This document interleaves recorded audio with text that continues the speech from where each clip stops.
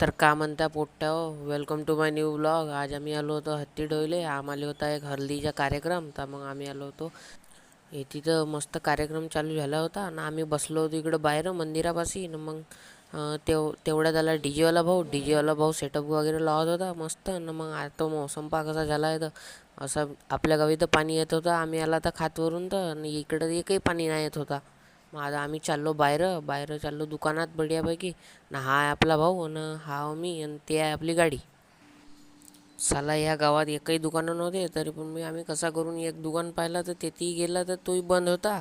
तर मग आता आम्ही भेटला भाऊ मग एक दुकानातून सामान वगैरे घेतला ना. मग आता आम्ही सामान घेऊन झाला आहे ना, आता चाललो ना. हे आहे आपला भाऊ ना. आता हा आपला भाऊ खात होता कुरकुरा, मग मी नाही घेतलो, अन्नी घेतलो, मग मी चाललो.